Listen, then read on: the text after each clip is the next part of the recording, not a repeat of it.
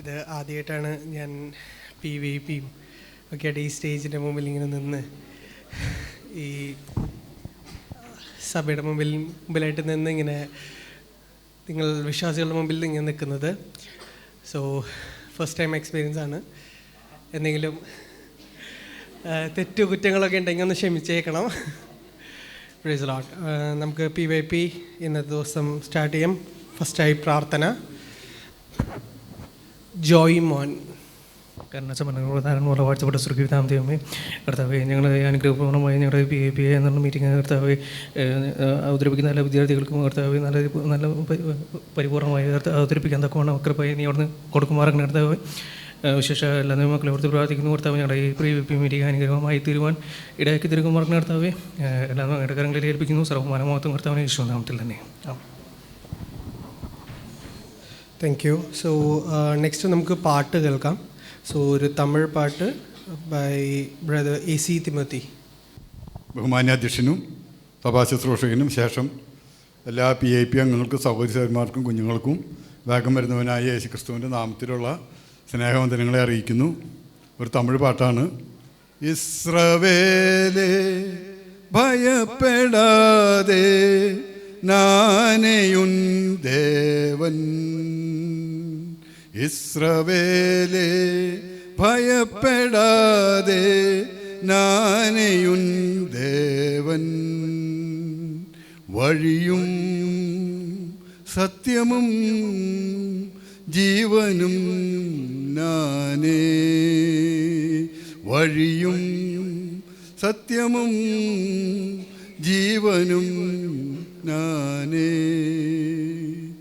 உன்னை நானே தெரிந்து கொண்டேனே மகனே மகளே, உன்னை நானே தெரிந்து கொண்டேனே, உன் பேர் சொல்லி நான் அழைத்தேனே, ஒரு போதும் நான் கைவிட மாட்டேன் கைவிட மாட்டேன், വഴിയും സത്യമും ജീവനും നാനേ, ഇസ്രവേലേ ഭയപ്പെടാതെ നാനെയുൻ ദേവൻ, தாய் மறந்தாலும் நான் மறவே மகனே மகளே, தாய் மறந்தாலும் நான் மறவேனே, உள்ளங்கையில் தாங்கியுள்ளே, ஒரு போதும் நான் மறப்பதில்லை மறந்து போவதில்லை, വഴിയും സത്യമും ജീവനും നാനേ, ഇസ്രവേലേ ഭയപ്പെടാതെ നാനെയുൻ ദേവൻ, തുൻപനേരം ചോർന്നു വിടാതെ മകനേ മകളേ, തുൻപനേരം ചോർന്നു വിടാതെ ജീവകിരീടം ഉനക്കു തരുവേ, சீக்கிரம் வருவேன் அழைத்து செல்வேன் எழுந்து ஒளி வீசே, வழியும் സത്യമും ജീവനും നാനേ, ഇസ്രവേലേ ഭയപ്പെടാതെ നാനെയുൻ ദേവൻ, തീയിൻ നടുവേ നീ നടந்தாலும் എരിന്തു നീയും പോക മാട്ടാய், ആറുകളെ നീ കടക്കും പോതും മുഴുകി പോക മാട്ടാய், വഴിയും സത്യവും ജീവനും നാനേ, ഇസ്രവേലേ ഭയപ്പെടാതെ നാനെയുൻ ദേവൻ.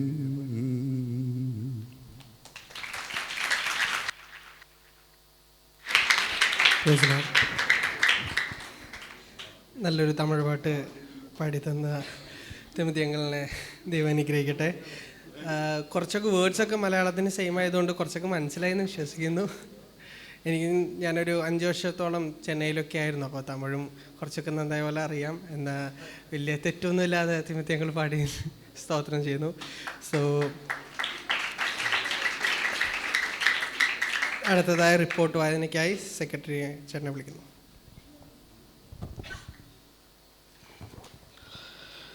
ദൈവനാമത്തിന് മഹത്വം ഉണ്ടാകട്ടെ. 18/1/2026 നടന്ന PAP റിപ്പോർട്ട്.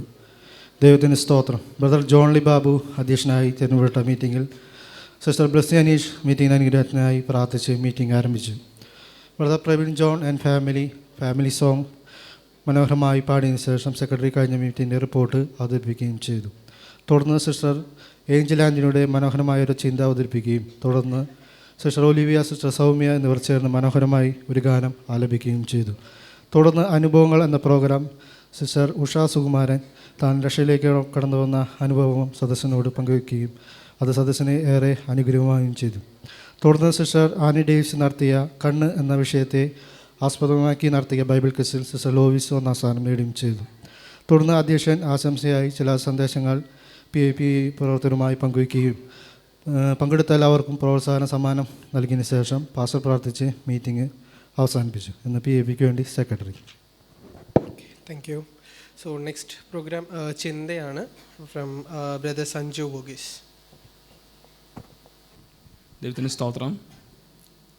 ഇന്ന് ദൈവം സഹായിച്ച് ഞാനൊരു ചിന്ത നിങ്ങളായിട്ട് ഷെയർ ചെയ്യാനും ആഗ്രഹിക്കുന്നത് എന്തിന് നമ്മൾ പ്രാർത്ഥിക്കണം എന്നുള്ളൊരു വിഷയത്തെ സംബന്ധിച്ചാണ്. അപ്പോൾ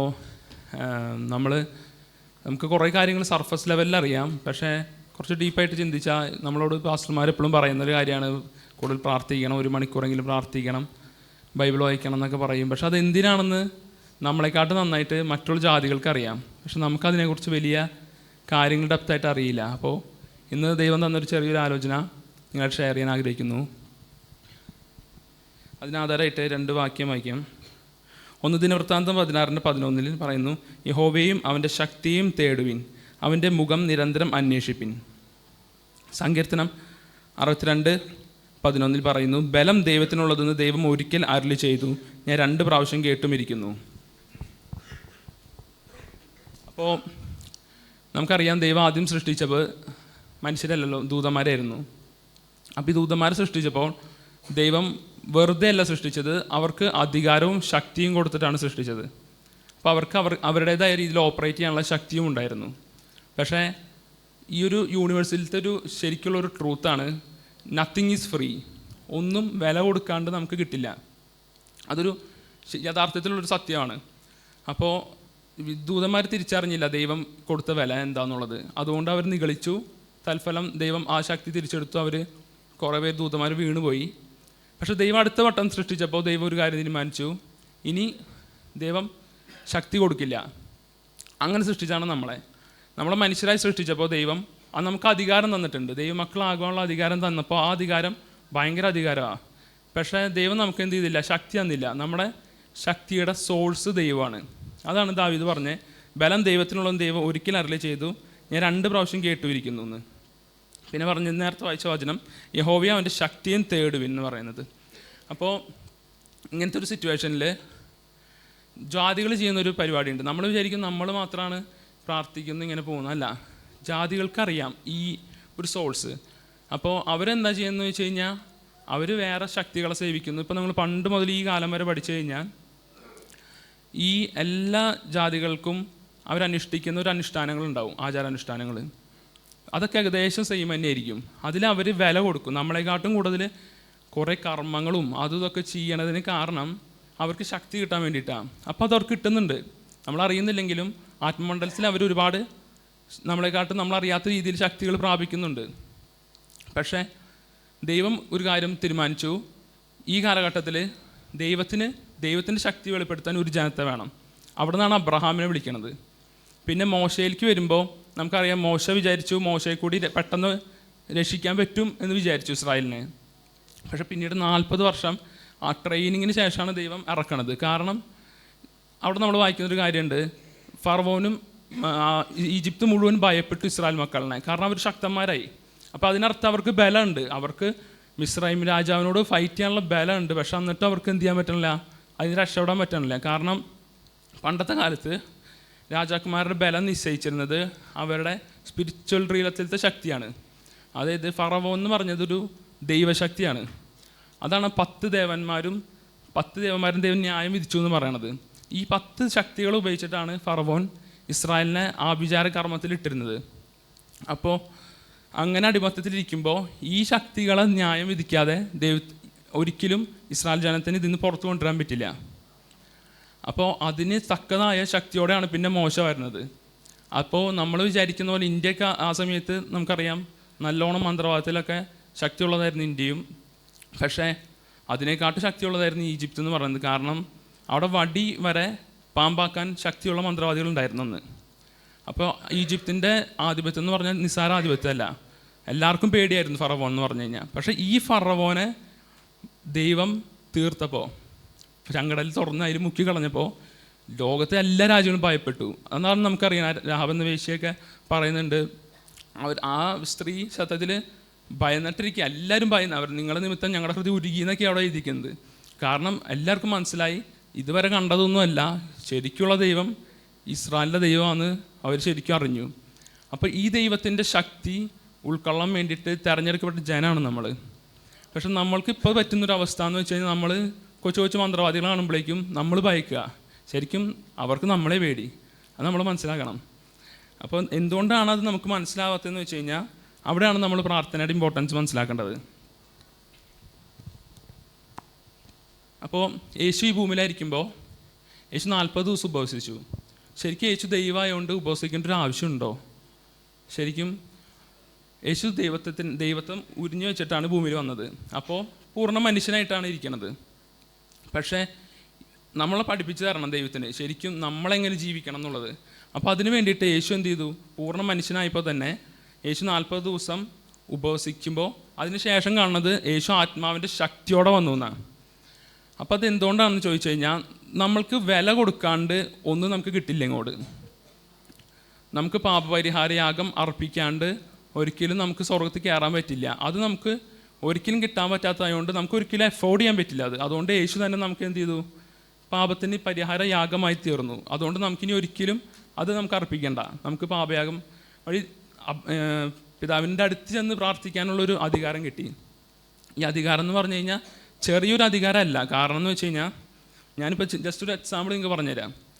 ഞാൻ ഈ ലോകത്ത് സകലെന്ന് വെട്ടിപ്പിടിച്ച് ഈ ഭൂമിയിലത്തെ മഹാരാജാവായി മാറിയാലും എൻ്റെ ഉള്ള എല്ലാം ഉണ്ടെങ്കിലും ഈ ആകാശത്തിൽ സകലം ഉണ്ടെങ്കിലും ഞാൻ ഇത് മുഴുവൻ കൊണ്ടായിട്ട് ദൈവത്തിൻ്റെ സന്നിധി വെച്ചിട്ട് പറയാം, ദൈവമേ ഒരു സെക്കൻഡെങ്കിലും ദൈവത്തെ കണ്ട് കൺസൾട്ട് ചെയ്യാൻ എനിക്ക് സമയം തരണമെന്ന് വെച്ച് കഴിഞ്ഞാൽ മീഖായേൽ ദൂതൻ പറയും, എടാ നീ ആ വാതിൽ ചെന്ന സ്വർഗത്തിൻ്റെ വാതിലിൽ തൊട്ട നീ മരിക്കും. അല്ലെ ഊസയ്ക്ക് പറ്റിയത് ചെന്ന് യാഗപീഠം തൊട്ടു, ഒപ്പനെ ദൈവത്തിന് കോപം ജ്വലിച്ചു, മരിച്ചു. നമുക്ക് ദൈവത്തിൻ്റെ മുന്നിൽ ചെന്ന് നിൽക്കാൻ പോലും നമുക്കൊരു ആ ഒരു സെക്കൻഡ് പോലും നമുക്ക് നിൽക്കാൻ പറ്റില്ല. ആ സ്ഥാനത്ത് നിന്നാണ് ദൈവം നമ്മളെ സ്നേഹിച്ച് ഇങ്ങോട്ട് വന്ന് നമുക്ക് വേണ്ടി യാഗം തന്ന് നമ്മൾക്ക് വേണ്ടിയിട്ട് അത്രയും വലിയ അധികാരം തന്നു. അപ്പം നമ്മുടെ അധികാരം എന്ന് പറഞ്ഞു കഴിഞ്ഞാൽ ഭയങ്കര അധികാരമാണ്, ദൂതന്മാർക്ക് പോലും ചെയ്യാൻ പറ്റാത്ത അധികാരം. അതുകൊണ്ടാണ് നിങ്ങൾ കേട്ടിട്ടുണ്ടാവും, ചില പാസ്റ്റർമാർ അല്ലെങ്കിൽ സുവിശേഷകരുടെ അടുത്ത് ദൈവം പറഞ്ഞു ഇന്ന വ്യക്തിയുടെ അടുത്ത് ചെന്ന് സുവിശേഷം അറിയിക്കുകയും പക്ഷെ അവരുടെ ക്ഷീണം നിമിത്തമോ അല്ലെങ്കിൽ എന്തെങ്കിലും കാരണം അവർ പറ്റാണ്ട് ദിവസം വന്ന സമയങ്ങളിൽ പിറ്റേ ദിവസം അവർ ആത്മഹത്യ ചെയ്തതായിട്ടൊക്കെ നമ്മൾ കേട്ടിട്ടുണ്ട്. അപ്പോൾ ഞാൻ ചിന്തിച്ചിട്ടുണ്ട്, ദൈവമേ ഒരു ദൂതനെ അയച്ചിട്ട് അവരോട് സുവിശേഷം പറഞ്ഞിരുന്നെങ്കിൽ അവർ രക്ഷപ്പെടില്ലേ? പക്ഷേ ദൈവം പറഞ്ഞ് അവർ കഴിയില്ല. കാരണം ആ രക്തത്തിൻ്റെ അധികാരം ഭയങ്കര അധികാരം, അത് നമുക്ക് മാത്രമേ സുവിശേഷം പറയാൻ പറ്റുള്ളൂ. അപ്പോൾ എന്തുകൊണ്ട് നമുക്ക് ആത്മീയത്തിൽ ശക്തിപ്പെട്ട് മുന്നേറാൻ കഴിയുന്നില്ല എന്ന് ചോദിച്ചു കഴിഞ്ഞാൽ നമ്മളുടെ ജീവിതത്തിൽ പ്രാർത്ഥന കുറവുകൾ വരുമ്പോഴാണ്. ഇപ്പോൾ നമ്മൾ കുഞ്ഞുമക്കളൊക്കെ എല്ലാവരും അറിയേണ്ട ഒരു കാര്യം എന്ന് വെച്ച് കഴിഞ്ഞാൽ നമ്മൾ കോമ്പറ്റീഷനിൽ നിൽക്കുന്നത് ജസ്റ്റ് മനുഷ്യരോട് മാത്രമല്ല. നമ്മൾ സർഫസ് മാത്രമേ കാണുന്നുള്ളൂ, അടിയൊഴുക്ക് നമ്മൾ കാണുന്നില്ല. നമ്മൾക്ക് ജീവിതത്തിൽ പഠിച്ചു വരുമ്പോൾ ഇപ്പോൾ ഞാൻ കോളേജ് ലൈഫിൽ പഠിക്കുമ്പോൾ എൻ്റെ അടുത്തുള്ള സുഹൃത്തുക്കൾ ഏറ്റവും സഹായിക്കുന്നവർ, ഒരു ദിവസം രാത്രി ദൈവം ഒരു സ്വപ്നം കാണിച്ചു തരാൻ ഒരുത്തൻ ഞാൻ ഒരിക്കലും വിചാരിക്കാത്ത ഒരു 100 രൂപയുടെ നേർച്ചിട്ടിട്ട് പോണു. എനിക്ക് മനസ്സിലായില്ല. പിന്നെ ഞാനത് വെച്ച് പ്രാർത്ഥിച്ചു. പിന്നീട് ഞാൻ കുറച്ച് ദിവസം കഴിഞ്ഞപ്പോൾ അവനോട് ചോദിച്ചു, നീ നേർച്ചിടാറുണ്ടോ എന്ന് ചോദിച്ചു. അപ്പോൾ അവൻ പറഞ്ഞു ആന്ന് പറഞ്ഞു. നീ 100 രൂപ നേർച്ചിട്ടുണ്ടോ എന്ന് ചോദിച്ചു. അപ്പോൾ അവൻ്റെ മുഖം ഭയന്നു. അവന് മനസ്സിലായി, എനിക്ക് മനസ്സിലായി എന്ന് കാര്യം, അത്ര പറഞ്ഞുള്ളൂ.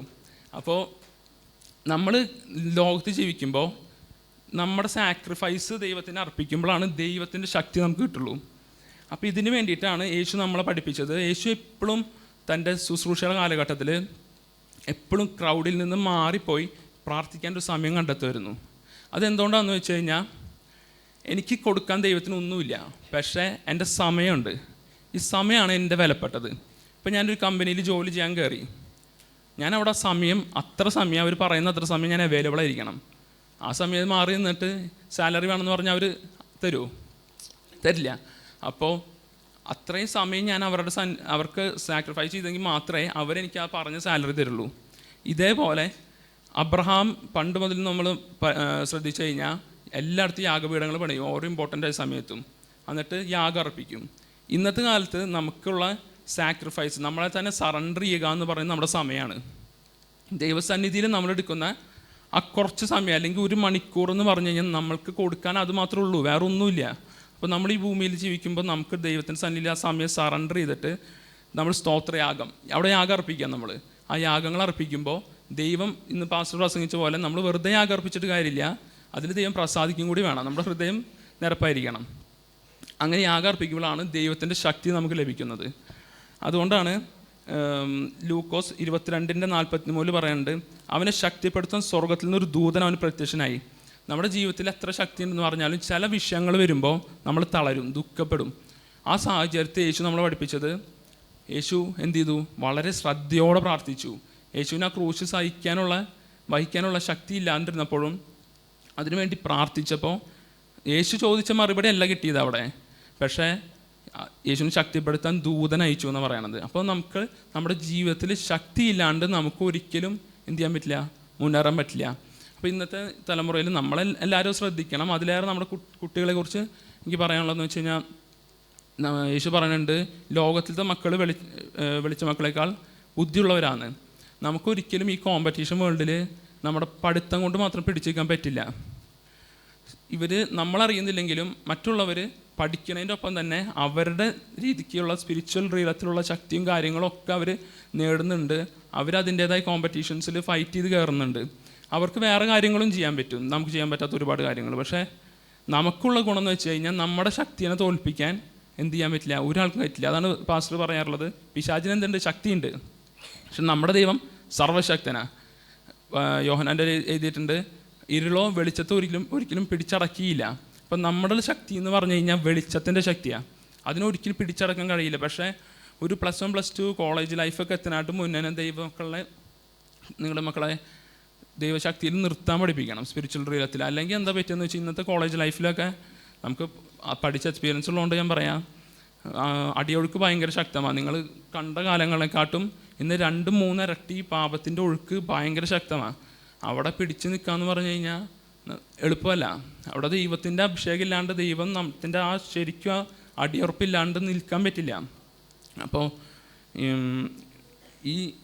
ഈ ശക്തി എന്താണെന്നുള്ളതും അധികാരം എന്താണെന്നുള്ളതും നമുക്ക് അറിഞ്ഞാലും നമ്മൾ ഭയങ്കരമായിട്ട് ഇതിനു വേണ്ടി എഫേർട്ടൊന്നും ഇടൊന്നും വേണ്ട. കുറച്ച് സമയം ദൈവത്തെ സന്നിധിയിലിരിക്കാനും പ്രാർത്ഥിക്കാനും വചനം വായിക്കാനും നമ്മൾ നിരന്തരം ഇരിക്കുമെങ്കിൽ, നമ്മൾ സങ്കീർത്തനത്തിൽ പറയുന്ന പോലെ, അവൻ ആറ്റരികത്ത് നട്ടിരിക്കുന്നതും തക്ക കാലത്ത് ഫലം കഴിക്കുന്നതും ഇലവാടത്തമായ വൃക്ഷം പോലെ ഇരിക്കും. നമ്മൾ വചനം അറിയെങ്കിൽ നമ്മളത് ചെയ്യാറുണ്ടോ എന്നുള്ളത് നമ്മൾ പരിശോധിക്കണം.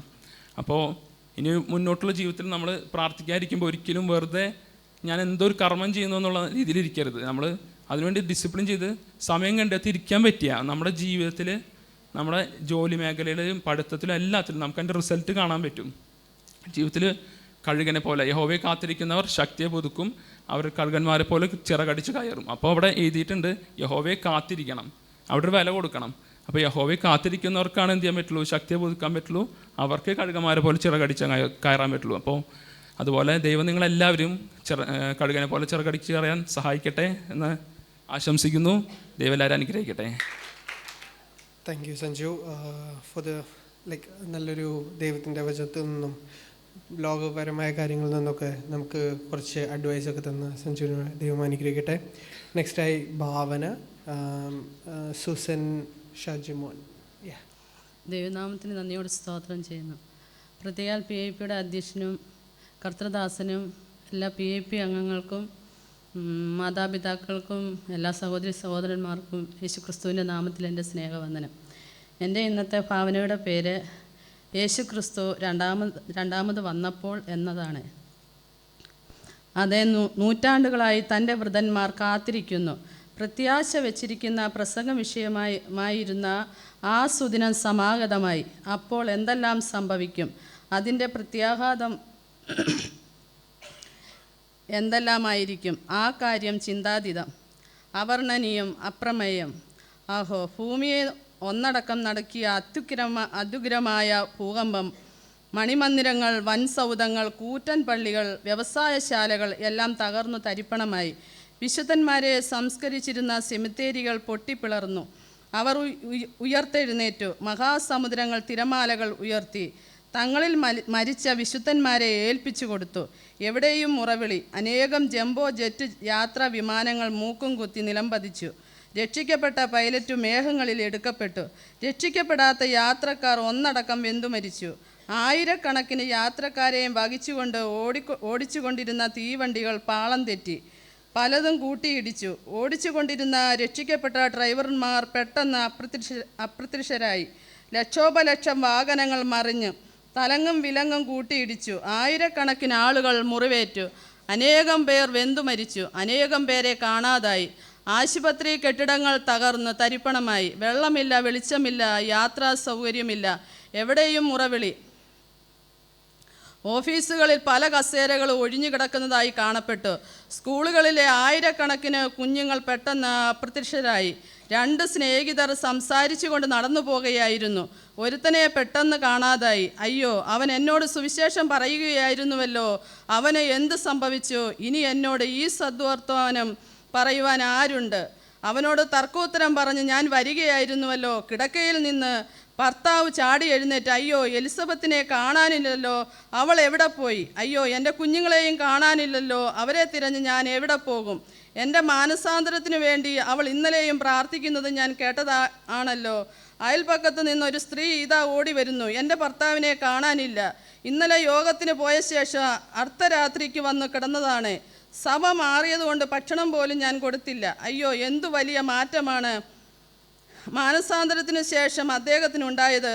അദ്ദേഹം പിണങ്ങിപ്പോയതാണോ? ഇനി എനിക്ക് ആരുണ്ട്? അക്ഷരങ്ങൾ നിരത്തി.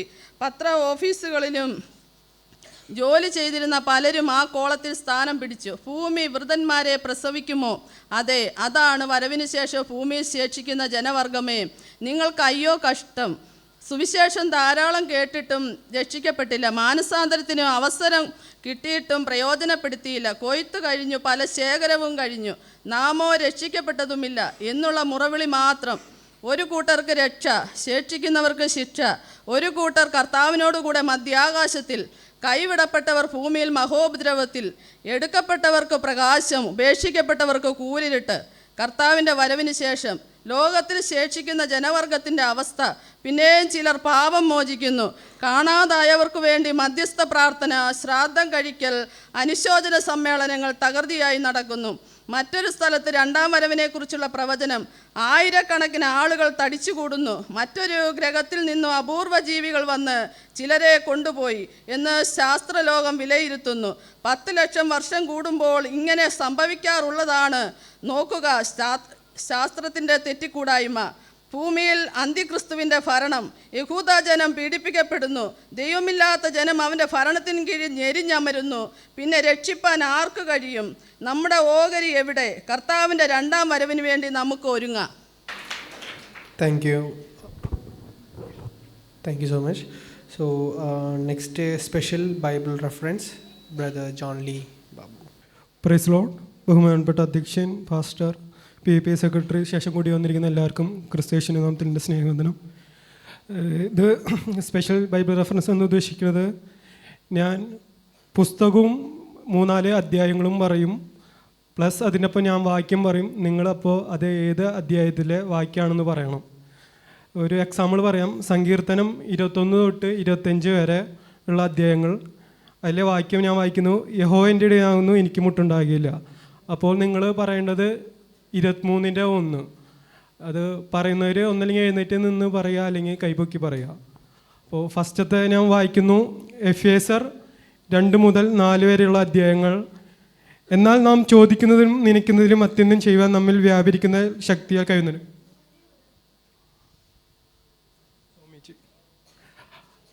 3:20. അടുത്തത് ഇയ്യോബ് 27 മുതൽ 30 വരെ. യൗവനക്കാർ എന്നെ കണ്ടിട്ട് ഒളിക്കും, വൃദ്ധന്മാർ എഴുന്നേറ്റ് നിൽക്കും. യൗവനക്കാർ എന്നെ കണ്ട് ഒളിക്കും, വൃദ്ധന്മാർ എഴുന്നേറ്റ് നിൽക്കും. ഇയ്യോബ് 27 മുതൽ 30 വരെയുള്ള അധ്യായങ്ങൾ.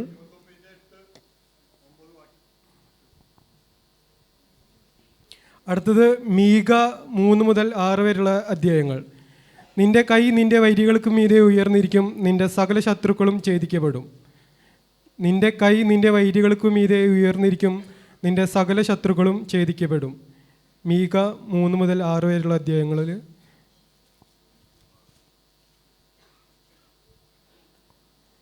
നിന്റെ കൈ നിന്റെ വൈരികൾക്ക് മീതെ ഉയർന്നിരിക്കും, നിന്റെ സകല ശത്രുക്കളും ഛേദിക്കപ്പെടും. മീക 3 മുതൽ 6 വരെയുള്ള അധ്യായങ്ങൾ. 5:9. അടുത്തത് 1 തെസ്സലോനിക്കർ 2 മുതൽ 5 വരെയുള്ള അധ്യായങ്ങൾ. എപ്പോഴും സന്തോഷിക്കുവിൻ, ഇടവിടാതെ പ്രാർത്ഥിക്കുവിൻ. എപ്പോഴും സന്തോഷിക്കുവിൻ, ഇടവിടാതെ പ്രാർത്ഥിക്കുവിൻ.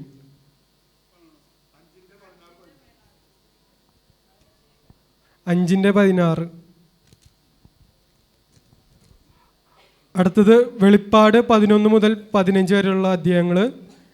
ചെവിയുള്ളവർ കേൾക്കട്ടെ, ചെവിയുള്ളവർ കേൾക്കട്ടെ. വെളിപ്പാട് 11 മുതൽ 15 വരെയുള്ള അധ്യായങ്ങൾ. ചെവിയുള്ളവർ കേൾക്കട്ടെ. വെളിപ്പാട് 11 മുതൽ 15 വരെയുള്ള അധ്യായങ്ങൾ. ചെവിയുള്ളവർ കേൾക്കട്ടെ. 13:9. അടുത്തത് സങ്കീർത്തനം 117 മുതൽ 120 വരെയുള്ള അധ്യായങ്ങൾ. യഹോവേ നീ സമീപസ്ഥനാകുന്നു, നിന്റെ കൽപ്പനകളൊക്കെയും സത്യം തന്നെ. യഹോവേ നീ സമീപസ്ഥനാകുന്നു, നിന്റെ കൽപ്പനകളൊക്കെയും സത്യം തന്നെ. സങ്കീർത്തനം 117 മുതൽ 120 വരെയുള്ള അധ്യായങ്ങൾ.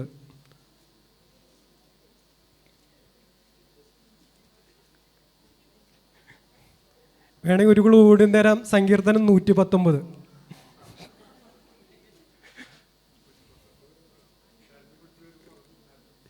യഹോവേ നീ സമീപസ്ഥനാകുന്നു, നിന്റെ കൽപ്പനകളൊക്കെയും സത്യം തന്നെ. അടുത്തൊരു ക്ലൂ തരാം. ലാസ്റ്റ് ഭാഗങ്ങൾ നോക്കിയാൽ പെട്ടെന്ന് കിട്ടും. 151. സങ്കീർത്തനം 119:151. അടുത്തത് യോശുവ 6 മുതൽ 9 വരെയുള്ള അധ്യായങ്ങൾ. ഹായി രാജാവിനെ അവർ ജീവനോട് പിടിച്ച് യോശുവയുടെ അടുക്കൽ കൊണ്ടുവന്നു. യോശുവ 6 മുതൽ 9 വരെയുള്ള അധ്യായങ്ങൾ. ഹായി രാജാവിനെ അവർ ജീവനോട് പിടിച്ച് യോശുവയുടെ അടുക്കൽ കൊണ്ടുവന്നു.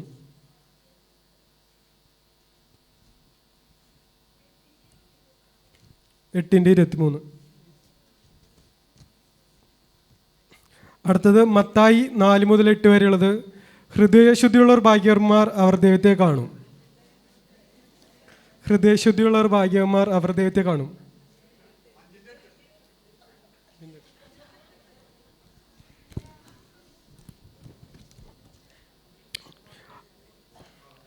അടുത്തത് ഉൽപ്പത്തി 46 മുതൽ 49 വരെയുള്ള അധ്യായം. യഹോവേ ഞാൻ നിന്റെ രക്ഷയ്ക്കായി കാത്തിരിക്കുന്നു. യഹോവേ ഞാൻ നിന്റെ രക്ഷയ്ക്കായി കാത്തിരിക്കുന്നു. ഉൽപ്പത്തി 46 മുതൽ 49 വരെയുള്ള അധ്യായങ്ങൾ. യഹോവേ ഞാൻ നിന്റെ രക്ഷയ്ക്കായി കാത്തിരിക്കുന്നു.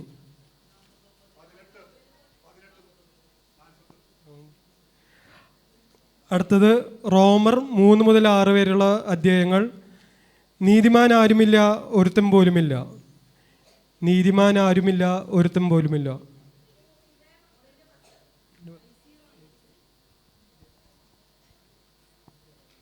തിം 3 പോയിന്റോടെ തിംത്യാട്ടൻ ഫസ്റ്റ് കിട്ടിയിരിക്കും.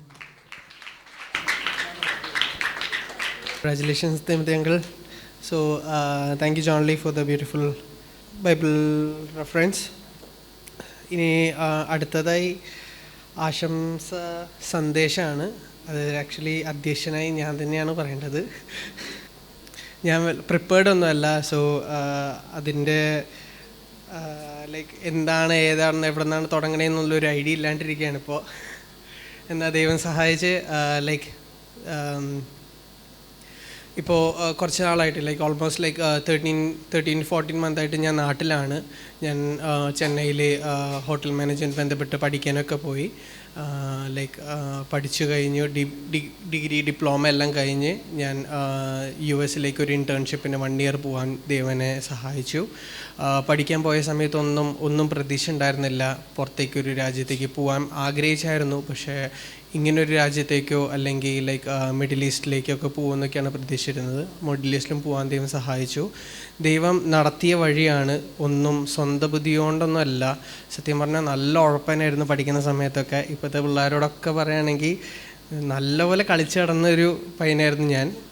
ലൈക്ക് മീൻസ് ഫ്രണ്ട്സും ഫാമിലീനൊന്നും ഇല്ലാതെ കേൾക്കാതെ അങ്ങനെയൊക്കെ നടന്ന ഒരാളായിരുന്നു. എന്നാൽ ദൈവം എന്നെ അതിൽ നിന്ന് മാറ്റി ദൈവത്തിൻ്റെ പൈതലായി ജീവിക്കാനും വളരുവാനും ദൈവം സഹായിച്ചിട്ടുണ്ട്. ദൈവത്തിൻ്റെ വചനമാണ് ശക്തിയും ബലവും നൽകി തന്നിട്ടുള്ളത്. ഇപ്പോഴും ചെറിയ ഒരു ഫുൾ സ്റ്റോപ്പിലൊക്കെ നിൽക്കുന്ന പോലൊക്കെ തോന്നിയെങ്കിലും ദൈവം എനിക്കായിട്ടൊരു വലിയ വഴി ഒരുക്കിയിട്ടുണ്ട് എന്നുള്ള വിശ്വാസത്തിൽ ഞാൻ നിൽക്കുന്നു. സോ എനിക്ക് വേണ്ടി നിങ്ങളെല്ലാവരും പ്രാർത്ഥിക്കണം. ലൈക്ക് എൻ്റെ ഇനിയും ഫ്യൂച്ചർ പഠിക്കാനാണ് എനിക്ക് ആഗ്രഹം. സോ സ്റ്റഡീസിനും അല്ലെങ്കിൽ അത് ചെയ്യാൻ പറ്റിയില്ലെങ്കിൽ ജോലിക്കായി കടന്നു പോകാനും ഞാൻ പ്ലാൻ ചെയ്യുന്നുണ്ട്. എന്നാൽ ദൈവത്തിൻ്റെ വഴി നടന്നാൽ മതി ലൈഫിൽ, അങ്ങനെയാണ് ഞാൻ ആഗ്രഹിക്കുന്നത്. സോ ലൈക്ക് ഇതൊരു അധ്യക്ഷ പ്രസംഗമായിട്ട് എടുക്കാൻ പറ്റുമെന്ന് എനിക്കറിയില്ല, ബട്ട് ഞാൻ എൻ്റെ കാര്യങ്ങൾ ഓപ്പണായിട്ട് പറഞ്ഞു എന്ന് മാത്രം. സോ ഇനിയും എനിക്ക് വേണ്ടി എൻ്റെ ഫാമിലിനോടൊത്തും പ്രാർത്ഥിക്കാം. Okay, thank you. അധ്യക്ഷനായ ജോനാഥനോടുള്ള നന്ദിയെ അറിയിക്കുന്നു. അതുപോലെ ഇന്നത്തെ PAPയിലെ പ്രോഗ്രാം അവതരിപ്പിച്ച എല്ലാവർക്കും പ്രോത്സാഹന സമ്മാനം ഉണ്ട്. എല്ലാവരും മുന്നോട്ട് വന്ന് വാങ്ങുക.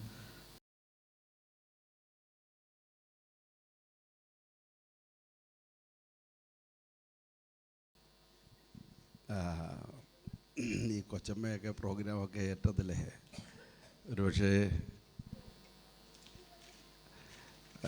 നടത്തുമെന്നുള്ളത് എനിക്കറിയത്തില്ലായിരുന്നു. കൊച്ചമ്മ എന്തായാലും നന്നായിട്ടൊക്കെ ചെയ്തല്ലോ. ഇത് എല്ലാ കൊച്ചമ്മമാർക്കും ഒരു പാഠമാണ്, അത് ഓർത്തോണം. അതിനാണ് കാരണം ബസ്സിൽ ഈ കാര്യം പറഞ്ഞപ്പോൾ, സെക്രട്ടറി കാര്യം പറഞ്ഞപ്പോഴേ അത് ആദ്യം വേണ്ടെന്നൊക്കെ വെച്ചു. പിന്നെ ധൈര്യത്തോടത് ചെയ്തതിൻ്റെ കാരണം ധൈര്യമില്ലാഞ്ഞല്ല, അത് എല്ലാവർക്കും ഒരു പാഠമായിരിക്കാൻ. ഇത് ചിലരൊക്കെ പെട്ടെന്ന് എഴുന്നേറ്റ് പോകാറുണ്ട്. അവർ ഈ പ്രോഗ്രാമൊക്കെ ചെയ്യേണ്ടി വരുമോ എന്ന ഭയമാണോ, അവരെ പേര് വിളിക്കുമോ എന്നുള്ള ആശങ്കയാണോ, അതിന് കുറേ കൂടെ വ്യക്തമാകേണ്ടതുണ്ട്. ഇവിടെ ഇരിക്കുന്നതന്നെ നമ്മുടെ കുഞ്ഞുങ്ങളൊക്കെ ഉണ്ട്. നിങ്ങളൊക്കെ പ്രോഗ്രാം വെക്കണം. നമുക്ക് നഴ്സിങ്ങും മെഡിസിനും ഒക്കെ പഠിക്കുന്ന നമ്മുടെ കുഞ്ഞുങ്ങളുണ്ട്. അവരൊക്കെ ഭയങ്കര പുലികളാണ്. അവരൊക്കെ PIPയുടെ തണ്ട സ്കൂളിൻ്റെയൊക്കെ താലത്ത് ടെസ്റ്റിലൊക്കെ വിനറായിരുന്ന ആൾക്കാരൊക്കെയാണ്, മോശക്കാരുമല്ല. കുഞ്ഞുങ്ങളുമൊക്കെ പ്രോഗ്രാം കേൾക്കണം. പെട്ടെന്ന് സഡനായതുകൊണ്ട് അതുപോലെ പലരും പ്രായമുള്ളവരൊക്കെ അവർക്ക് വല്ലപ്പോഴുമൊക്കെ സ്ഥിരം 1-2 പേര് തന്നെ വരാതെ മറ്റുള്ളവർ കൂടെ ഒക്കെ പാർട്ടിസിപ്പേറ്റ് ചെയ്യുന്ന അവർക്കൊരു സന്തോഷമാണ്. നമ്മുടെ PYPക്ക് നമ്മൾ കൊടുക്കുന്നൊരു പ്രോത്സാഹനമാണ്. ഇപ്പോൾ സഭായോഗാനന്തരം ഇങ്ങനെ ഇത്രയും തിരക്കിട്ടൊക്കെ പെട്ടെന്ന് ഇങ്ങനെ ഒരു ടൈം സ്പെൻഡ് ചെയ്യുന്നതിൻ്റെ കാര്യം തന്നെ നമ്മുടെ കുഞ്ഞുങ്ങളുടെ ആത്മീയ വളർച്ചയാണ്. അതിന് നാം കൊടുക്കുന്ന ഒരു ബാക്ക് സപ്പോർട്ടാണ്. അപ്പോൾ സെക്രട്ടറി സുമനസാൽ ഇത് പ്രോഗ്രാം കേൾക്കുന്നവർ എത്ര പേരുണ്ടെന്ന് എനിക്ക് അറിഞ്ഞുകൂടാ. എങ്കിലും ഇതുമായിട്ടൊക്കെ നിങ്ങളെ സമീപിക്കുമ്പോൾ വെറൈറ്റീസ് പ്രോഗ്രാംസൊക്കെ ആയിട്ട് നിങ്ങൾ ആ കാര്യമൊക്കെ അറ്റൻഡ് ചെയ്യണം, സമ്മതിക്കണം, സഹകരിക്കണം. പ്രായമുള്ളവരൊക്കെ മുന്നോട്ട് വന്ന് അവരുടെ ടെസ്റ്റ് മണിയൊക്കെ പറയാറുണ്ട്. വളരെ സന്തോഷമാണ്, ഇതൊക്കെ വളരെ അനുഗ്രഹമാണ്. ആമേൻ. അതുകൊണ്ട് കൊച്ചമ്മയുടെ ഇന്നത്തെ ഭാവന, ആ പ്രോഗ്രാമൊക്കെ നിർവഹിച്ചത് എല്ലാവർക്കും ഉള്ളൊരു സന്ദേശമാണെന്നാണ് ഞാൻ ഈ പറഞ്ഞതിൻ്റെ താല്പര്യം. ആമേൻ. കർത്താവ് വന്നപ്പോൾ കൈവിട്ടു പോയാൽ പോക്ക. കാര്യം കണ്ടല്ലോ, എല്ലാവരും മകളുമാരെല്ലാം ഉണ്ടല്ലോ, കേട്ടല്ലോ. അപ്പോൾ ശ്രദ്ധിച്ചോണം. കർത്താവ് വന്ന് കൈവിട്ടു പോയാൽ ഉള്ള അവസ്ഥ ഭയങ്കരമായിരിക്കും. ആമേൻ. സഞ്ജു ഒരു നല്ല മെസ്സേജ് നമുക്ക് നൽകാനിടയായി. കർത്താവ് പൈതലിനെ അനുഗ്രഹിക്കട്ടെ. യോനാഥാൻ, നമുക്ക് PIPക്കൊക്കെ അധ്യക്ഷന്മാർ പെട്ടെന്ന് സഡൻ ആക്ഷൻ എന്ന് പറയുന്ന പോലെ അന്ന് തോന്നുന്നു. കാരണം നേരത്തെ അറിയിച്ചാൽ പക്ഷേ അവർ സ്ഥലം വിടുമോ എന്നുള്ളതായിരിക്കാം. അപ്പോൾ യോനാഥാൻ പെട്ടതാണ് പേര് വിളിച്ചപ്പോൾ മുന്നോട്ട് വന്നത്. ധൈര്യത്തോട് ഇത്രയും കാര്യങ്ങളൊക്കെ പറയാനും ചെയ്യാനൊക്കെ ഒത്തല്ലോ, അതിൽ വളരെ അഭിനന്ദനമുണ്ട്. മക്കളുമാർ, അച്ചാച്ചൻ്റെ സന്ദേശം കേട്ടോ, ഉഴപ്പാവുന്നതിൻ്റെ മാക്സിമം ഉഴപ്പണമെന്നല്ല പറഞ്ഞു കേട്ടില്ലേ. അത് അങ്ങനെ ആയിപ്പോയാൽ ആകെ പ്രശ്നമാണ്. ചെയ്യരുത് എന്നാണ് ഓർമ്മപ്പെടുത്തിയത്. പഠിക്കേണ്ട സമയത്ത് ഉത്സാഹിച്ച് പഠിച്ചോണം. ഓക്കെ. യോനാഥാനെ ദൈവം അനുഗ്രഹിക്കട്ടെ. യോനാഥാന് മുന്നോട്ട് പോകേണ്ട വഴി ദൈവം ഒരുക്കട്ടെ. എല്ലാറ്റിനായും സ്തോത്രം. നിർവഹിച്ച എല്ലാ പ്രോഗ്രാംസും ഓർത്ത് ദൈവത്തെ സ്തുതിക്കുന്നു. ആമേൻ. പ്രാർത്ഥിച്ച് നമ്മുടെ ഈ മീറ്റിംഗ് അവസാനിക്കുകയാണ്. എല്ലാവർക്കും കണ്ണുകളടയ്ക്കാം, തലകളെ ഉണക്കി നമുക്ക് പ്രാർത്ഥിക്കാം. ഞങ്ങളുടെ സ്വർഗീയ പിതാവാം ദൈവമേ, അങ്ങയുടെ പരിശുദ്ധ നാമത്തിന് ഞങ്ങൾ സ്തോത്രം ചെയ്യുന്നു. അവിടുത്തെ സാന്നിധ്യം ഇത്രത്തോളം ഞങ്ങളുടെ നടുവിലുണ്ടായിരുന്നതിനായി സ്തോത്രം. ആമേൻ. സഭായോഗാനന്തരം PIP മീറ്റിംഗ് ആയിക്കൂടുവാൻ ദൈവം ഞങ്ങളെ സഹായിച്ചു. അധ്യക്ഷനായിരുന്ന പ്രിയ പൈതലിനായി സ്തോത്രം. ഓരോ പ്രോഗ്രാംസും നിർവഹിച്ച എല്ലാവരെയും ഞങ്ങൾ ഓർത്ത് പ്രാർത്ഥിക്കുന്നു. ഞങ്ങളുടെ PIPയുടെ പ്രവർത്തനങ്ങളെ ദൈവം അനുഗ്രഹിക്കണമേ. കൂടിവരവുകളെ കർത്താവ് സഹായിക്കണം. അങ്ങയുടെ നാമത്തെ മാനിച്ച് അർപ്പിച്ച സ്തോത്ര കാഴ്ചയ്ക്കായും പ്രാർത്ഥിക്കുന്നു. പ്രിയ കർത്താവെ, ഇത്രത്തോളം ഞങ്ങൾ കൂടി വന്ന നിമിഷം മുതൽ അങ്ങയുടെ സാന്നിധ്യം ഞങ്ങളോട് കൂടെ ഇരുന്നതിനായി സ്തോത്രം. ഏമേൻ. തമ്മിൽ കാണുമ്പോഴും അങ്ങയുടെ കൃപയിൽ ഞങ്ങളെ മറയ്ക്കണമേ. അവിടുത്തെ വരവിനായി ഞങ്ങളെ ഒരുക്കും.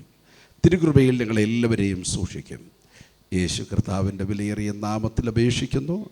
ദയ തോന്നി പ്രാർത്ഥന കേൾക്കുമാറാകണമേ. പിതൃ പരിശുദ്ധാത്മന്ത്രി ഏക ദൈവത്തിൻ്റെ അനുഗ്രഹങ്ങൾ കൂട്ടായ്മ കാവലും നാം ഓർത്ത് പ്രാർത്ഥിച്ച സമസ്ത വിഷയങ്ങളോട്, ഭവനങ്ങളിലേക്ക് കടന്നു പോകുന്ന തൻ്റെ ജനത്തോട്, ഓൺലൈൻ ശുശ്രൂഷ സംബന്ധിക്കുന്ന ഏവരോടും പ്രാർത്ഥിച്ച എല്ലാ കാര്യങ്ങളോടും ഇന്നു മുതൽ എന്നേക്കും കർത്താവിൻ്റെ മടങ്ങി വരവരുണ്ടായിരിക്കുമാറാകട്ടെ. കർത്താവായ യേശു ക്രിസ്തു മുഖാന്തരം ഈ പകലിൽ നമുക്ക് ജയം നൽകിയ ദൈവത്തിൻ്റെ കരങ്ങൾ ഉയർത്തി ഹല്ലേലൂയ പാടാം.